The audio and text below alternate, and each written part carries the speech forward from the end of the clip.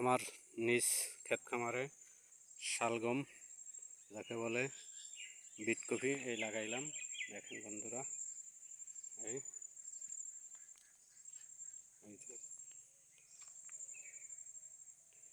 বেশি লাগাই নাই, অল্প লাগাইছি।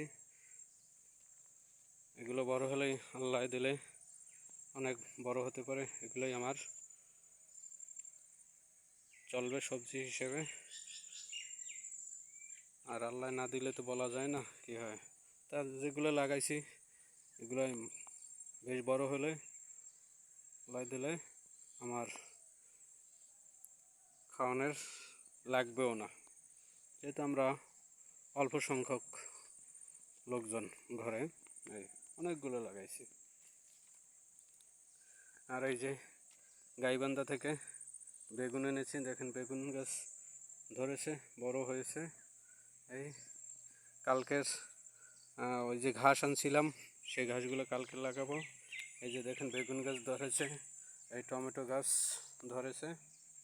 এই আমার শীতকালীন সবজি আবাদ করছি, আরও করব।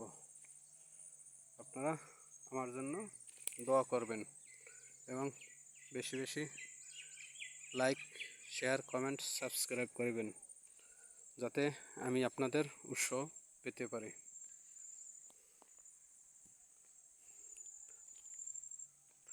এই যে ফাঁকা জায়গা রয়েছে, দেখো আমি মূলা ফলাবো, ধনিয়া ফলাবো, লাল শাক ফলাবো। বেশ অনেকখানি জায়গায় আছে। এই আমার একটা লিচু গাছ, দেখেন লিচু গাছটা অনেক বড়। এই